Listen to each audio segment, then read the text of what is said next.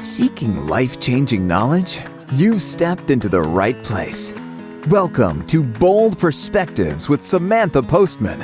In every episode, discover, explore, and grow your personal or professional self with real and relevant knowledge to help you improve your own life and make a positive impact in the world around you. Tune in for honest insights, life advice, inspirational wisdom, and the occasional salty rants. Because you are meant to live a better and bolder life.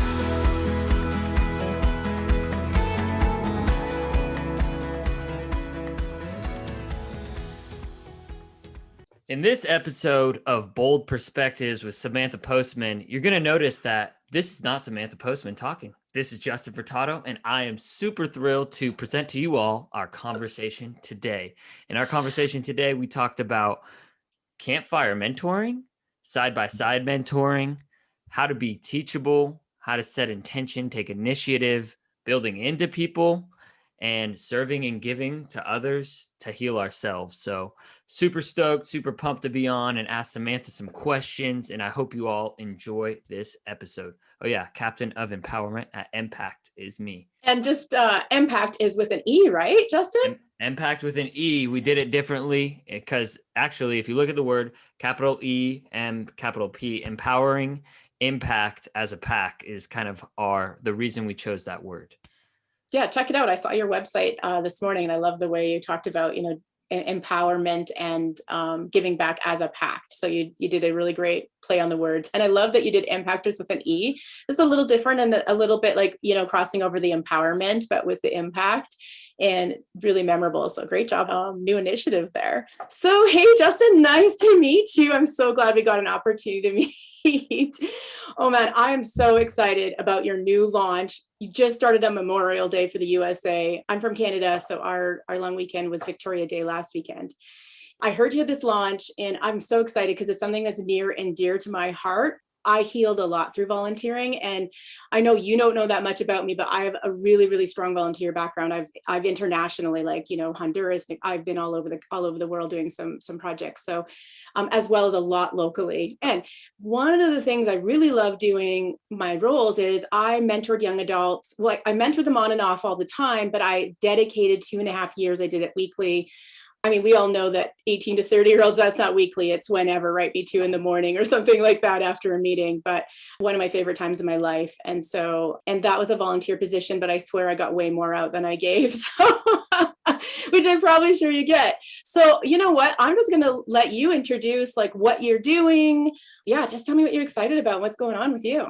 Definitely. I feel like there's a lot of synergies because I went to Uganda twice, a small rural village, and volunteered there, whatever we want to, say. And I can definitely testify that when you go and you serve from your heart and you go and volunteer, you actually end up gaining a lot more than you think that you're giving out. So I definitely feel like we're in the same boat, same energy. And I think that's kind of why we connected. And you're like, hey, let's, get you on this podcast and this whole mentoring aspect. I love mentoring because I feel like I've had so many wonderful mentors in my life, whether it be, of course, my parents and my grandparents are probably my first ones, but I had some really strong role models in my friends' parents, especially one of my friends' dads, who is my middle school basketball coach and really just always kind of there for me. And I think that's something that I really valued in other people mentoring me, that I wanted to give that back. And so I started kind of mentoring people in college. I worked at the Boys and Girls Club. I still work at the Boys and Girls Club, only for 2 more weeks though, but still wanting to mentor youth. And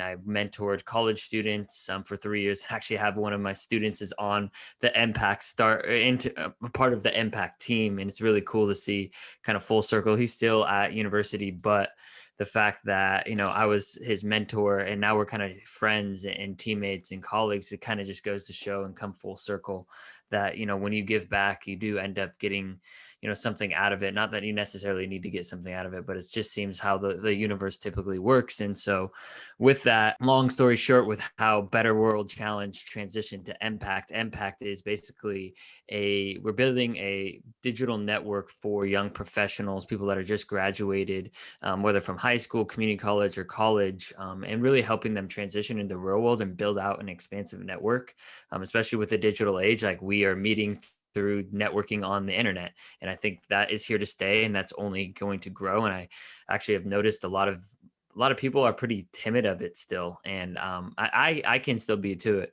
And so we really want to help, this young professional age, like meet a lot of people together. And we're eventually, like, our next step is to, bring in some mentors too, because as you're passionate about mentorship, I think having mentors, whether it be weekly, monthly, twice a year, having someone to kind of guide you along this journey of career. Because one of the reasons we really started EmPact is because you're kind of spoon fed everything you need from up to high school, and then even to a certain extent into college. Then you get into the real world and you're like, what in the world am I going to do right now? And making a lot of decisions is really difficult. So having a community to do that with is really kind of here and where we're going to go. We launched yesterday, and yes, yesterday was Memorial Day, like Victoria Day. And you know what?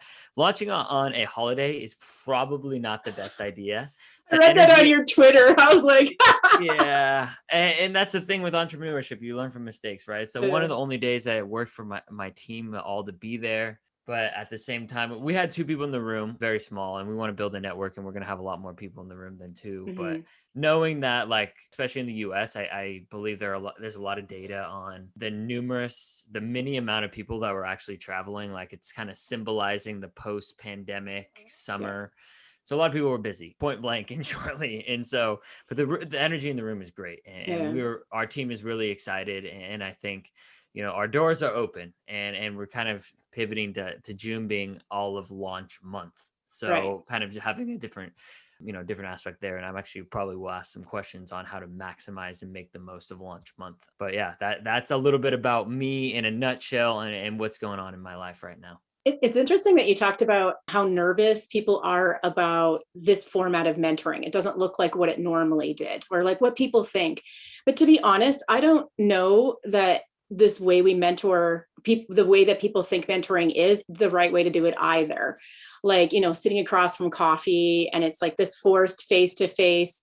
I often think I think that's the problem with mentoring almost, is this face-to-face that we forced it into. Because if you look at like tribal cultures, which is where we come from humans, everything was side by side. You hunted with someone, you cooked with someone. And then as we progressed, when I look at men, especially, like, you would do that while you were like working on a car. So that mentorship, because when you're face to face, it's a different vulnerability. There's a different forcedness to it. There's not a lot of time to reflect because it's a quicker conversation. But I think, and I love that you do boys and girls club, because I think that boys especially are lacking mentorship, right? And I mean, that's a whole podcast in itself. So like, my heart does leap for joy when you were telling me you did this, because we need solid men like you who are leading our next gen. And if you look at the older generation, like before the age we are now, where everybody's in these isolated homes, I mean, just take one example, like I was giving, of like working on a car. So if you worked on a car with your dad or your uncle, or the kinds of things that you talked about, like, hey, dad, what are girls like? Or maybe the dad starts that conversation. Well, she's kind of like an engine, son.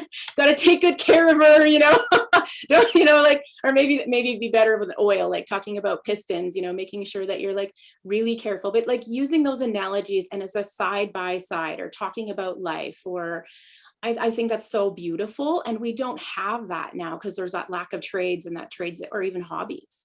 What does it look like? It doesn't, honestly, I don't think it looks like what we're doing now, sitting at a coffee shop face to face. I think there's a space for organized and there's a space for organic. It's interesting that you mentioned this too, because I'm on LinkedIn, not a ton. I had someone reach out to me and was, I thought maybe a cold email, like, because I get a lot of them. People see CEO, or CFO, and they're like, hey, I'm going to totally pitch this person. And it wasn't the typical reach out. And it ended up being that he had read my entire LinkedIn profile and all of the things I've done, and kind of said, I'd really like to know how you did so much in your lifetime. Like, that was what he was asking me. And I was like, dang, this isn't the typical reach out. He's like, I'm not trying to buy anything from you. We're in a similar industry, I'm not trying to sell you anything. We're in a similar industry. I think you get what I'm doing here. And then it ended up being, we had a conversation, ended up being a long one. And then he's like, would you give me some time on Fridays for a while to talk? And so it ended up just for about a month and a half, almost every Friday at his lunchtime. We met for an hour, and basically it was talk about whatever was on his mind and whatever I thought to bring up from our last time. So it was a very organic. So this fits really well with what you're doing, because I mean, and maybe it's even that the younger ones have someone and like, can we do it through this forum? I do like the idea of doing it through a forum, like with what you're doing, because there's more accountability to it. And then when you're doing it sort of like cohort based, I know it's not quite cohort, it is in many ways, the energy of it is just so much more powerful and you're more likely to step into it. So I love the format that you chose and that you're stepping into a revised, it's mentorship reimagined, actually. Honestly, that's what we're talking about here.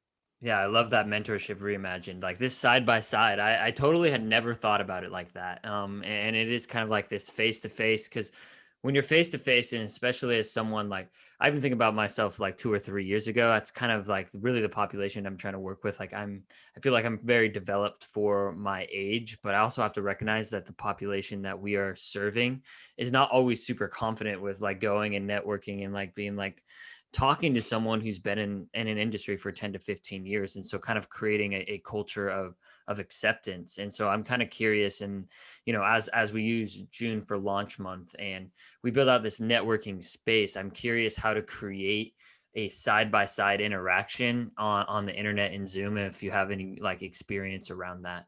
Yeah, so the one I did with Shyman, actually, I ended up recording a podcast called "How to Do It All in Your Lifetime," I think. So if someone wants to check that out, and it's basically my answer to this young man who was asking me, "How did you do it all?" And then that's kind of how the mentorship. And we didn't talk about all of my accomplishments, I guess, if you will. It was just more how to balance everything. I mean, they were just relevant questions, like what was going on at the time. And so I think that's where the side by side comes in. Like, it's sort of like with women, you know, if I look back to pre-online stage, I mean, when you were cooking, that's when those conversations are doing dishes. See, that's another thing. We don't do dishes anymore. We all throw them in the dishwasher. Can you imagine how much mentoring was going on during dish time? Like how much, like, you know, when people like my kids don't talk to me, maybe it's because like when you would do your dishes with your children or, you know, with people in your family, you would talk during that time. It was dedicated talk time. And it's non-confrontational when it's side by side. It sort of reminds me of like a campfire, you know, maybe that's something good to use, like campfire. It's campfire mentoring in a way, like the stuff we'll say at a campfire.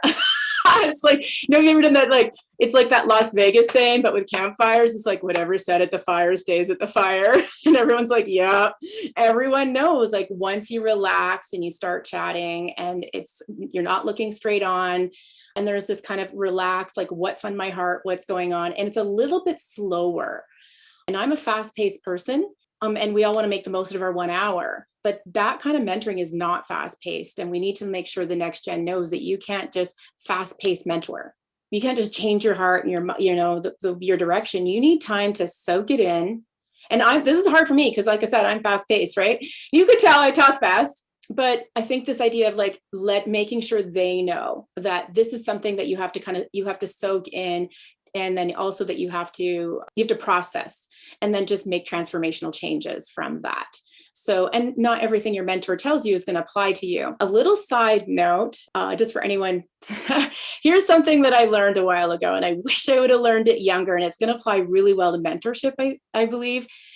A lot of times people are talking to themselves. And you've just brought something out in them. You might remind them of someone they were talking about it with, or especially in mentorship, remind them of themselves. Also, you could just be the space that they're talking in after they've been really processing something. And so I think it's really important to realize that in mentorship, some things that your mentor says to you isn't all going to apply to you. Some things are for the mentor. They're saying them to you and they're like, and they don't even know it. It's a very subconscious thing we do. And the reason I thought about it, I've never thought it in the context of mentoring, actually. I've thought about it in the point of like, you know, when someone comes to me and says, Samantha, I don't really like that you did this, or you really need to stop doing da da da da da da da da. And then about halfway through, I'm like, okay, wait a minute, this doesn't even apply to what happened here. So, and then I realized that a lot of times people are just talking to themselves. And so I don't get as offended now when people say hard things to me. Obviously there's a truth to it because it wouldn't have came out around me. And I listen to the parts that apply to me, take those in, and the rest of them, I'm like, okay, I'll just be a vessel while that person, you know, processes whatever's going on in their mind. And so with mentorship, there's just that too. So the great part is they're talking to the younger self. So you're going to get so many nuggets from them, right? Like, oh, there's so many. And I could just go on for months just on like to my younger self, which is why they're like one of the biggest hits on Quora and everything else, like to my younger self. But then also with mentors, but also just a caution that not everything a mentor says is 100% going to apply to you.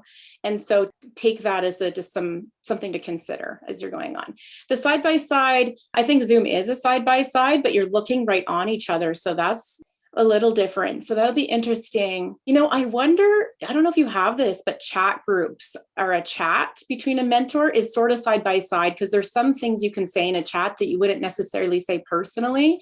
It gives you a little time to process and, delete what you wrote or rephrase it, or not respond right away and respond a little later. So I think that's just my off by heart. I think the chat might be the closest you're going to get to a side by side if you were to incorporate that. Right. And I think part of it, as I'm hearing you, is almost creating this in such a culture of fast talk and fast results, fast, literally everything. Cause I'm in the same boat. Like I want things now.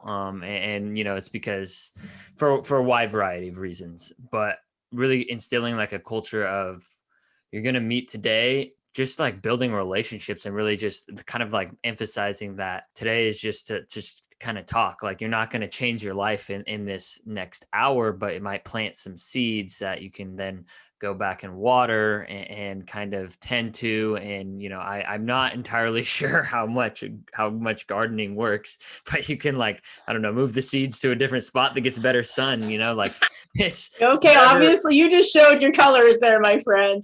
Yeah, I'm not entirely sure how to kind of garden. So, but I mean, point being, I think when I say that, maybe it's just like this culture. And have you seen, as someone that's probably worked with a lot of, youth and mentored a lot of youth, I'm curious, what expectations, boundaries, culture do you feel that works the best to help, people planting their own seeds? So, because I think sometimes as a mentor, you can project a little bit. I know I definitely have done it before. I'm like, don't do this, and this. And I'm literally just talking to my younger self, and like, they're like completely different life path. But how do you kind of give them the keys to like be watering their own plants in like, a safe environment? I'm going to skirt around a little bit about what you said, because this one point I really want to make is that you have to be teachable. John Maxwell talks about this. He says, don't mentor anyone who's under 6 out of 10. And I was like, what? I was so angry at John Maxwell for like a month after I read that. I was just like, well, what about the 2s and the 3s? Like, don't they deserve someone to help them get to 3 or 4? And I wrote a paper, actually. I have a master's that I did when I started when I was 40, and my final action research project, I did a study on how to improve my mentorship skills. So you didn't even know all this stuff. So like, it just fits really with what I had dedicated many months and a lot of pages to that and did some research. And so I really struggled with that. But now I see what he's really saying is that you need to find someone who's teachable. Yes, a 2. I think it's a teachable range. So if I was to say, I would say pick a 6 out of 10 that's teachable. It doesn't mean where they're at in their walk life. For example, if someone says no to them, how do they respond? So is it like, well, you don't know what's in my life, and, kind of getting ranty there? Or is it like, what can I do to change? Do you have something that will help me? And so how they respond will definitely tell you how teachable they are. But I'm saying this because as a mentee, you need to be teachable and you need to respond that way. You don't get the job you want. Well, it's not because, they missed a good thing. It's like, you need to ask a question, what is it that I could improve on next time? What could I learn from that? So being teachable is really important. I'm okay with this, but not many mentors would be. I'm fine with somebody calling me and saying, is there any way you can, or messaging me, is there any way you can fit in a Wednesday night? I really need someone to talk to. And I don't do it often, but I will do it. And that doesn't always work for people in professional life. They can't, just move their schedules around. So trying to stick to the schedule that the mentor gives you. Personally, I have found that Fridays work really well for a lot of people, because we're kind of tired and we're not going to get a lot done anyway. And so just some advice, if you're a mentee looking for someone, if you ask for a Friday lunch or Friday afternoon slot, I personally think you're more likely to get a spot than if you ask for a Monday morning or a Tuesday. But then also be okay with sometimes you called yourself a captain earlier instead of a CEO, which I absolutely love. Just know that they might have something come up. So if they have to cancel, just be really grown up about it and be like, yeah, can we reschedule? Would you like to reschedule before then, or go back to, go to our regular time for the next Friday? But then when you come back the next Friday, have 2 weeks worth done. So like that impresses me. So if you're like, oh, we didn't meet last week, so I just kept my whatever from last week, but you're like, you know what, I just moved on a little bit and went and did this and this. I promise you, your mentor will go the extra mile for you if you show promise and you show you're teachable, you take initiative. And that's what I had with this young guy through LinkedIn. He took initiative, asked me.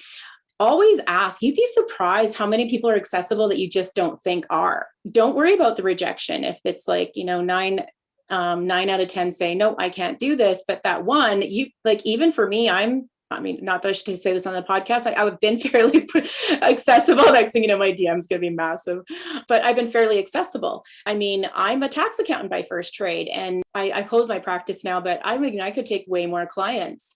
But sometimes we just want to balance it out. We want to give back. We want to help the younger generation. And if someone comes to me and makes the initiative, I'm more likely to say yes, because I'm like, okay, this was meant for a reason. This person came at this time, and I happen to have a space right now in my life. But that might be a month or 6 weeks, and it could be both sides. So I think training the mentors is going to be just as much, or mentees just as much as the mentors. That's a whole conversation if you and I want to talk a bit more about that, like what that could look like. I've done both, like more scheduled. And then I've also done just organic, where it's, we meet in a coffee shop when it works, might be every 3 weeks, or I don't know. I very seldom do like really, really scheduled times, but that's not normal. Right. So yeah, you're very flexible with kind of how your approach. And I kind of like this teachability and initiative. Is that kind of what you really like probably preach if someone was to approach you and be like, Samantha, can you be my mentor? And do you like lay out certain expectations? Because I had someone like be my mentor and was like, these are going to be all the expectations and boundaries. I'm like, that's cool. That's like, because I've kind of done some informal mentoring where it's like, I'm like waiting for them to like, email me back, but there's some things we're not just super explicit. So I'm curious how you like set your boundaries, or like set, kind of some of the intentions for the relationship. I've done both, mostly just because of the nature of young adults. I'm very organic about it. So, we start out, I don't call it mentoring. You guys like hate labels. So do I. It's just like, hey, love to connect and talk about X, like talk about my life or talk about my job in life. One thing I think to keep in mind is that, and I think this should be on the outset, are we only going to talk about profession, or is it going to be a blend? It should never be just about personal, just like that, because that can happen where it's like all of a sudden your mentor, you're telling them all your problems, but your problems can influence your professional life. So I think that you could say, I'm really struggling with this in my family because I've got this professional pursuit and my family is having a hard time with that. That's a fair blend. So just for mentees, keeping that in mind, because of the way I do it, I don't do a ton of work. Like I will start it because I'm the grown up in the relationship.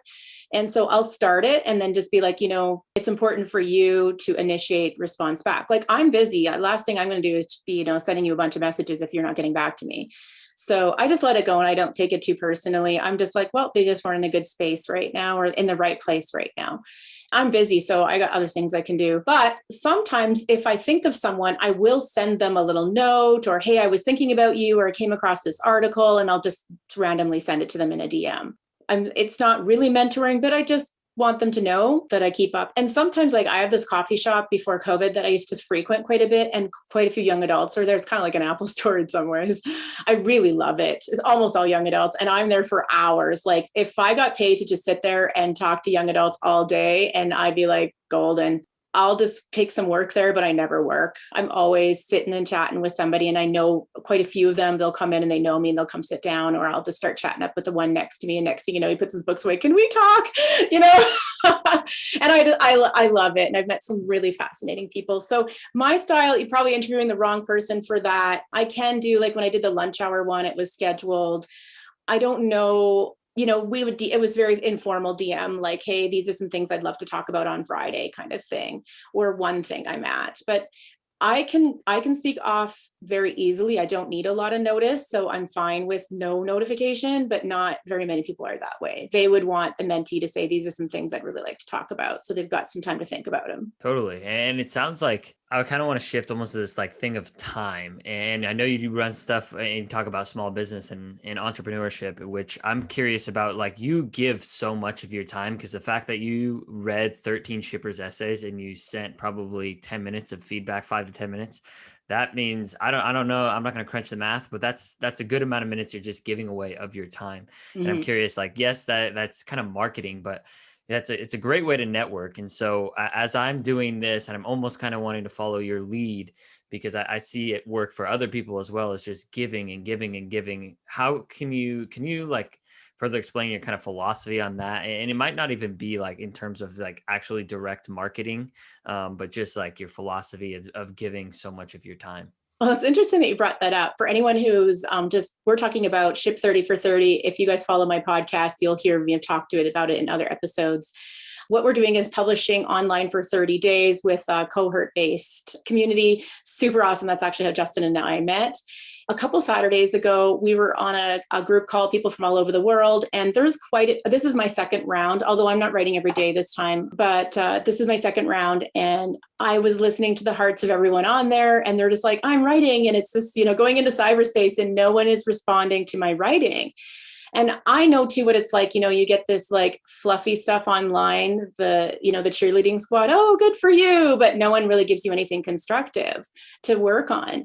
To be honest, I purely did it because of that. There was no marketing agenda. Like, I wasn't trying to network at all. I literally was like, I know what this is like. I love, love, love building into people, because I know you don't know a lot about my background, but I had to work really hard to where I didn't get opportunities. I had to work at McDonald's for 4 years just to get a job after that, to prove that, people were like, man, if you can do that, you can do it. You've got some grit and some perseverance. And I loved it. I had a few people along the way, especially in the nonprofit organizations, who built into me. And if I wouldn't be where I am, if I didn't have people who just took that 10, 15 minutes, an hour, whatever it was, and was like, just talk to me like a person, like I'm there and I'm, and a valuable person in the world.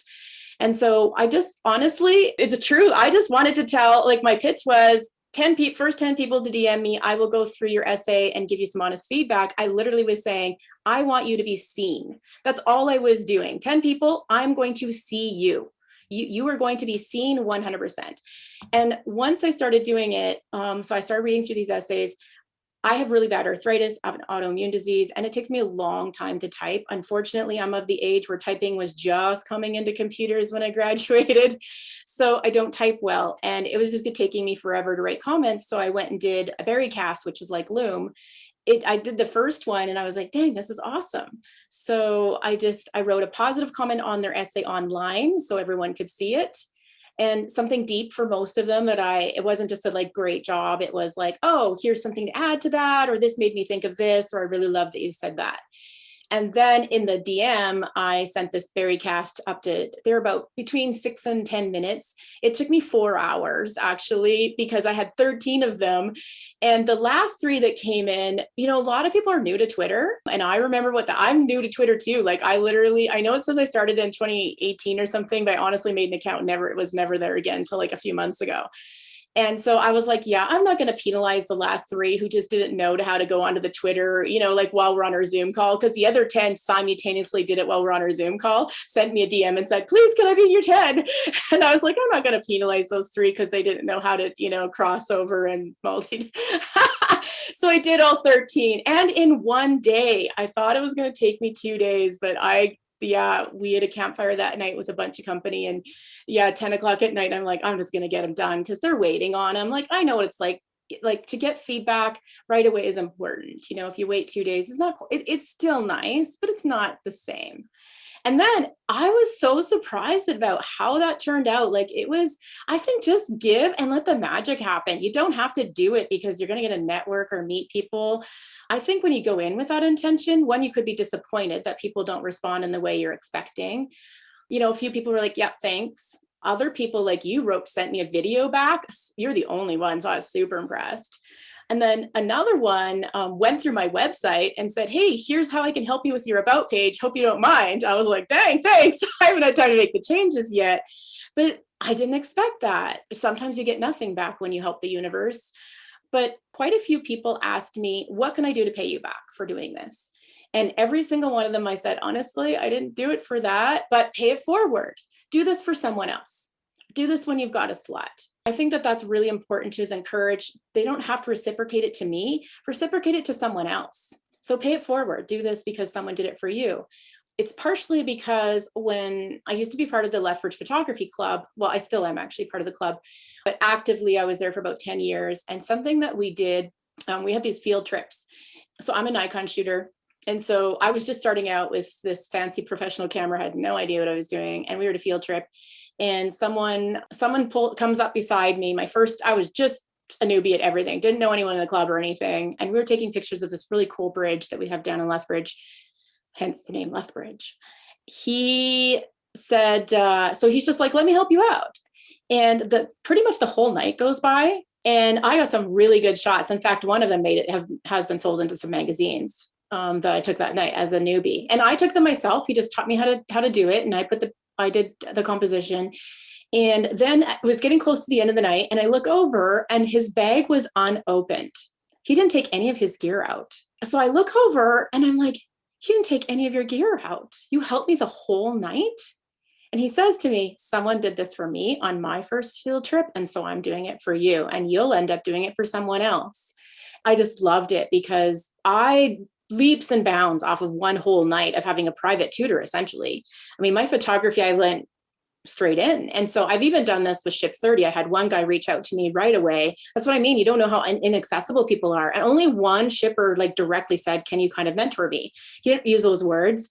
And I was giving him tips on Twitter and everything. You need to put the ship there. You need to put a bio in because I'm not going to follow you back with no bio.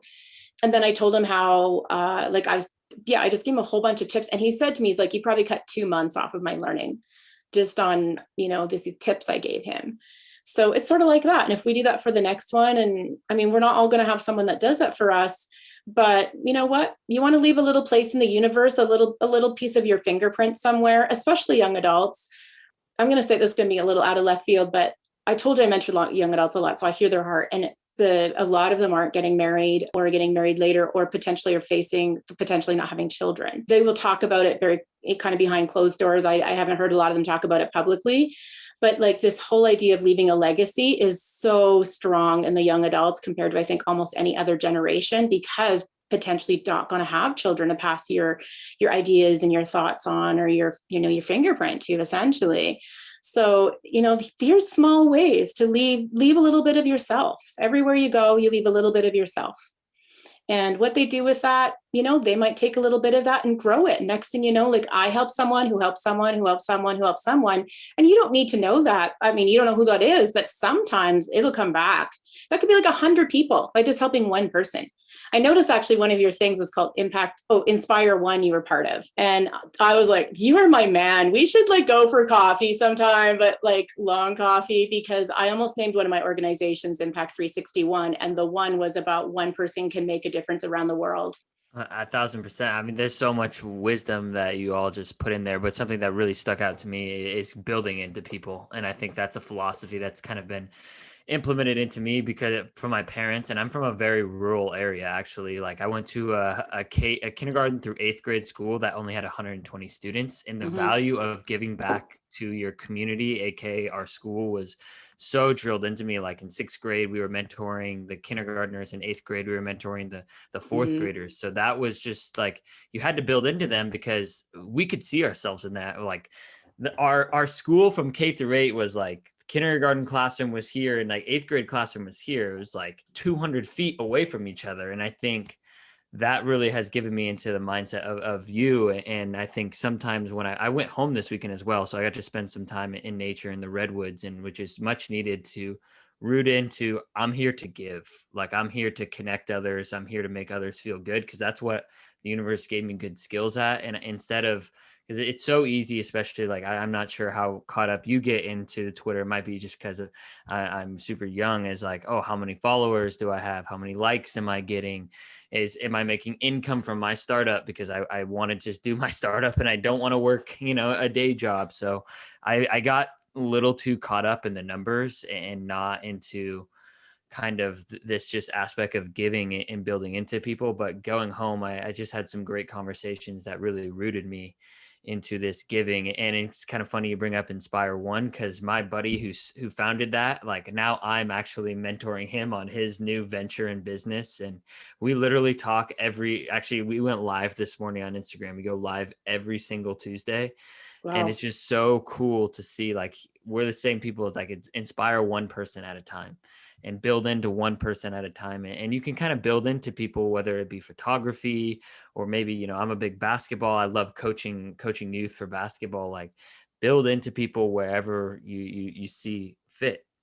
Yeah. And something that people will discover along the way is this healing. And for me, volunteering, to be honest, I don't love the word volunteering very much, because we see it as this, like, we're going to go to this organization. I mean, it's serving, it's giving. I prefer those words instead. But when you serve and when you give and build into others, you heal so much. It gives purpose to your pain. There's times where, someone shared a hardship that they're going through at home or family or work, and I'm able to use a painful past, one, to empathize and be compassionate and really listen because I understand, and then also to help come up with some ideas about how to navigate it. And so then I feel like, okay, my pain was worth something. Whenever you invest into something that's bigger than you, there is this. It's actually really not good for us to just all be about ourselves. But when we give to something that's bigger than us, we become smaller, which is important, and we see the bigger picture. And seeing the bigger picture is really important, because like when you volunteer to a nonprofit organization, let's just say, like for you boys and girls club, let's just say you volunteer there. Well, like when I told you about this plight of young boys, you knew exactly what I was talking about because you've been there. Had you not volunteered there, you probably wouldn't understand this hole in North America for young boys. And when you see this bigger picture, these problems, these things that you can be a part of a solution for that are bigger than you, it starts to help you heal. And because you realize that your own problems, although are very big to you, they become relative, I suppose. And I think that dwelling on your own issues isn't good for you, but helping other people through theirs can be very therapeutic. I've never said it like that before. Helping people through their issues can be therapeutic for your own issues, even if they're not the same ones. I think there's so much truth and so much merit and beauty to that. And even as like I'm working with first and second graders, honestly, I would say, like, even for the girls, because I would say half the class, maybe 3/4 of class, the dads aren't even present, Yeah. or it's separated families, and like the situations just aren't well. And I just know that me as a positive male role model, like I know how. That's the reason I started. And like sometimes first and second graders drive me up a wall. They're really Really? young. But I sometimes have to really remind myself why I'm there. I think that once you look at the bigger picture and you realize it's not about you, and not to take things personally, especially because some of them just don't know how to interact with Mm-hmm. adults, and especially with males, because they don't have healthy relationships there. So, their perceptions, and I just, being a first grader is just completely different to my life experience now. And I think I just really love the serving and giving and healing. I think it's one of the reasons we started EmPact, is because I'm in a similar boat. I got to go to university and I made the most of it, but I didn't have a family network. I had to kind of bootstrap it myself. And so that was kind of a pain point that I had. And I love bringing people together. So almost selfishly, like the universe is wanting me to bring people together, not necessarily for me, but it's something that I really felt like as a need for myself, especially this year of the pandemic. Like I live alone.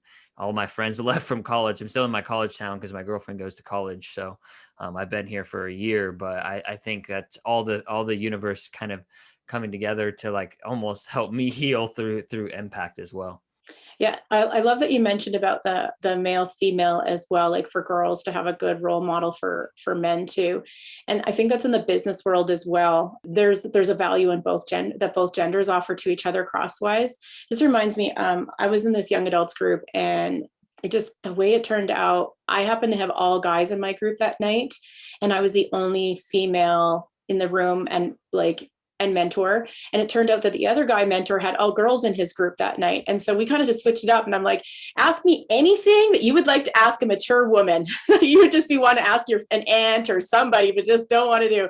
And they were just like, dang, this is awesome. So that was pretty cool because the questions they asked just floored me. I mean, I got the typical, like, how far is too far kind of questions, those kinds of ones. But the one that surprised me the most was, I really feel called to stay home with my kids and marry a career woman.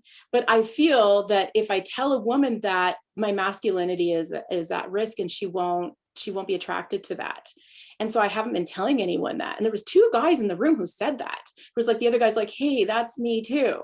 That caught me off guard. And then I was like, you know what though, for the right woman, if you're vocal about that, she is going to be like, I want you. Because there are a lot of career women looking for men who are saying, I would really like to be the one to raise the family, be the main caregiver at home, especially, a woman who's put a lot of years into a university and really thrives in a career environment, like in a professional career environment. So it is important sometimes to have those those abilities for cross relationshiping. Ask things. I mean, in that particular context, it wasn't a professional one, so those questions are a little different than in a professional one. But, as a female, you could ask a man, how do I navigate a predominantly male leadership? Like, is there anything that I can adjust? Yeah, I mean, that's a little bit of a sensitive thing probably to ask oneself, or to ask someone. You'd have to be in a good place for that. But where else do you get to ask those questions? I mean, we try to find this stuff online, these questions, we Google everything. Now that's our mentor. That's actually our mentor now. We Google everything online. How should I do this? So, but it's not specific to you. So what you can learn from paying someone or being with some for an hour or two, and when it's specific to you, it would be equivalent to, 10 hours of searching online, or 10 hours of some coaching course that you took on how to be better, be a better you, because it's quite generic. One thing to keep in mind though, for giving is, when you are a giver, it seems you are one too, like we kind of get a little high from it. And I think that's why we give, right? Because it just makes us, we glow inside. I can see that you do. I glow inside when I give like that. I just love doing it. I just have to keep in mind, like I gave that 4 hours on that Saturday, which I have to remember I have a family at home too. So that giving also has to be in your own family. Your greater good is at home too. And so I'm just going to go back to that, 3 tips for doing it all in your lifetime. One of my tips was to build into your family, and that could just be a spouse or a really good friend. It doesn't necessarily have to be blood. I think family can be redefined as well. Some of us have complicated families, so I would never expect that at all. But, find someone that you see yourself doing life with for a period of time. It doesn't have to be forever. And invest into them, because they'll just give you the energy when you need to go somewhere. Because when you're always a giver, you don't always have people giving to you. And that's something, I know you didn't ask me about this, but I think it's important to say, if we have a lot of givers that are listening, you have to be able to receive, and that's a hard thing to do when you're a giver, because you're so self-sufficient. But I've had to be in some relationships where I intentionally make sure people give to me as a reciprocation, because it's healthy. I've been burned by giving away, like being a giver, like give. And then I was in trouble, like big trouble. I got super sick, couldn't take care of my family. Like I almost died, and I had very little help from all people I'd been giving a ton to. And so I had to really analyze, like, why was I not worthy to give back to in my time of need? And I'm not a very needy person. What I took from that away was that I had built relationships where I was always the giver and they were the taker or the receiver. Some were both, some were takers and some are receivers. And I really had to keep stock of who in my life were takers, receivers, and could reciprocate. And then the few relationships that I keep really tight now are people who will reciprocate to me, and I'm healthier for it. So you can get burnt out by giving a lot, but build some where people give to you. Even if you're not in need, make sure that you have a couple relationships where people are giving to you, even if at the moment you don't need it, because that's going to build a pattern up for that. When you do need it, it's going to be there. You can't ask for people to reciprocate to you in your time of need if you've never built that pattern up before. It's not your relationship. And that's same with mentoring too, like as a mentee, you should be giving back, whether that's appreciation, or you don't always have to do a shout out depending on who the mentee is or mentor is. Maybe I just find a way to give back. And it doesn't have to be like money. It can, or even like, I had someone who gave me some time the other day, and I literally just bought them a Starbucks gift card and sent it to them. They're like, you didn't have to do that. I'm like, yeah, but you spent half an hour with me today, and I know your time is super valuable. It's like, and they're like, no one's ever done that before. It doesn't have to be every time, but do those little things that count, or order them a book that they like and send it to their place if you happen to know an address, or buy them an Amazon card and say, buy a book of your choice if you can. Just little things just to reciprocate back. I think it's important for you as a pattern, even if the mentor doesn't take it the way you want them to, it's a good pattern for you to create. You should always be someone who, and I know in that case, the mentee is the giver, but like in your impactors, the mentees are the reciprocates. So they need to be giving back as well. Find ways to give back. Definitely. And I think actually building in ways that they can give back, that way it's like easy. It makes it simple for them to give back. And I also kind of want to walk back a little bit and talk about the importance of receiving as a giver, because I think I've been burned, and I've learned the hard way, even as a young person. In high school, I can think particularly of this one friend who always had money, and like my dad would give me money for lunch, and he would just ask for it, and I would just kind of give it to him. And hindsight 2020, he was just, he had it. He knew how to game me, who's a giver and a really nice person. So eventually I learned not to do that anymore, but that's just a super simple example. I try to kind of just keep people in my life that give back to me as well. And it's hard, especially like you want to have like a friendship with someone, and you're giving a lot of your time, your energy, you're always hitting them up, but they're never hitting you up. It's like at a certain point, you have to evaluate the energy. You either need to have that conversation with someone and be like, hey, like I noticed that I'm driving a lot of this conversation. Like I would like for you to, I don't know if necessarily I would say give a little bit more, but like maybe take a little bit more initiative, because you do have to watch out for yourself. Because I definitely can feel like if you're giving, you can get burned. But giving without expectation and means of return in some ways helps too. Like for you spent 4 hours sending things, and like if you expected everyone to give you a Twitter follow, or not a follow, but like a shout out, and to get like 50 followers per shout out, like that, you're probably going to be disappointed, because that probably wouldn't happen. I didn't even think about it. It did kind of happen. And then I was like, oh, that's really cool. So I'm like, man, a person could do that intentionally next time. But I don't know. I don't really operate that way. Yeah, you can just set yourself up for disappointment, and maybe it just turns out wonderfully. But if you're giving for those reasons, I don't know, are you really giving anymore? Like, then that's marketing, which there's value in that too, because marketing, I mean, in business and entrepreneurship, you do give a lot away. That's just how it works. I did get some shout outs, which was pretty cool. I did expect that, in all fairness, I did expect to follow back, because I'm like, if I'm going to invest in you, the least you can do is follow back. But I mean, even if they wouldn't have it, well, to be honest, I probably would have thought less of them if they did. I'll just be honest there. I wouldn't have liked that very much, but I definitely didn't expect any shout outs or anything like that. So we're going to wrap up here pretty soon. So is there anything else that you really wanted to ask? I would just say, you know what? I'm 23. I'm about to move to Los Angeles. So we'll go a little more personal here. What is the best way for me to start building some relationships as I move to a new city? I love coffee shops. If you can find a coffee shop that has a fairly, like, okay, it's the new bar. So, like how a bar, you'd have the people who frequent it all the time, and you'd go there and you see your buddies. And it wasn't just about the actual alcohol. It was about this like hangout place where there's like a majority of the same people that you see over and over. Well, that's the coffee shops. So at least around here. So if you can find a coffee shop that has a lot of localish people that kind of hang out there a lot. So these are a lot of freelancers, which you're going to find they gravitate to these places, and they will often keep going to the same place. So I recommend that, to be honest. So you get to be a familiar face. You'll get to be familiar. Lots of freelancers in those kinds of shops. If you can, and I know you'll gravitate to the right one just by how you look and everything and you talk. So the one I go to, you would fit perfectly. So a lot of them are in the same boat. They're all got startups or they're freelancing. And so I think that honestly, that's like the best place for you to go. And you'll find like people who are kind of in the same boat as you. Ask the manager, whatever, is it generally people that, well, you'll see when you see a whole bunch of people with computers there and they're kind of standing and chatting to each other, you'll know right away that's probably the local coffee shop hangout. So that's their /office, right? Exactly. Yeah, that's where I like to go. And I could go to other coffee shops in town, but then it's a whole new people. It's a different vibe too. So even I like if people frequent that area, that the coffee shop that I like, it's got a certain vibe to it and that people are attracted to it or a certain vibe. So that's a little easier for me to step into because I know how to talk in that space and what's expected and where they're kind of at for the most part. So yeah, that'd be my recommendation. Find something not too far from home. That's my, and other than that, I guess there's church too, right? So if you want to meet people, you go to I don't know if you go to church, but a young adults group of some sort or people in your age group. That can always help too. But don't underestimate, like that's for people your age, but to find people in different ages, if you're looking for, cross mentorship, because that can be a really cool thing too. That's a different coffee shop.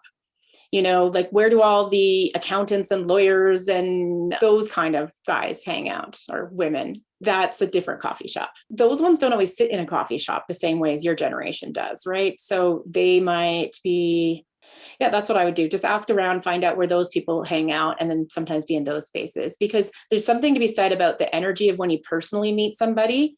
And then it's like, hey, I have a little time. I'm sitting here. And then you start chatting up. Next thing you know, you're meeting weekly. That's how it happens a lot of times. That's how a lot of my stuff's happened. I met somebody in a space, we just jived. And then next thing you know, we're meeting weekly or bi-weekly or just DMing here and there. So that's really cool. That's definitely what I miss about, the pandemic. I do all my work at home. And when I do go out, it doesn't seem like people are really trying to like meet. And that might be part of it. I'm in a college town, and it's like where I live is like college town, and it's pretty much it here. And I'm trying to start networking out with some professionals. So the coffee shop, me and my girlfriend are touring around apartments. I'll make sure to find a good coffee shop that's close to where we end up signing a lease. So and you'll thanks know for having me on today, Samantha. I had a lot of fun. And I learned a lot today about, building into people, campfire mentoring, and just building and being a giver in authentic spaces. So I appreciate this and your time. Actually, now that I think about it, it's probably why Basecamp uses that campfire. Don't they have isn't their chat thing called Campfire or something like that? I haven't used Basecamp, but I've seen the app. So I think they have something called that. Might be why. Well, Justin, it was so great to have you on today. Wow. I super stoked to talk about mentorship because it's something that's near and dear to my heart. Love giving back to the community. And I love that you're doing that too. It was a really great time talking about side-by-side mentoring, talking about campfire mentoring and what that's like in the new modern world with the online changes that we're seeing in our communities today. And also just the value of when we give, the healing and the therapeutic value that comes from giving back and giving to others. And also we did talk a little bit about paying forward and the value of paying forward. I really, really loved our show today. I'm glad to have you on. I hope we get to chat and have another show sometime, because I feel like you and I could talk a long time and provide a lot of value to people. So once again, thanks for being on the show today. This is Samantha Postman with the Bold Perspectives podcast, and I'm glad you joined us today. Thank you. I loved being on the show, and I hope you all enjoyed the episode. Samantha, you rock. Peace out. Peace out. Thanks for listening to Bold Perspectives with Samantha Postman. We'd love to hear which insights added value to your life or the lives of others. To help support the podcast, please share the love on social media, leave a rating or a review. If you don't want to miss out on exclusive content, sign up for her personal email letters. Check out Samantha's website at samanthapostman.com. Follow her on YouTube, Twitter, LinkedIn, Facebook, or Instagram. Thanks for your amazing support. We'll see you again.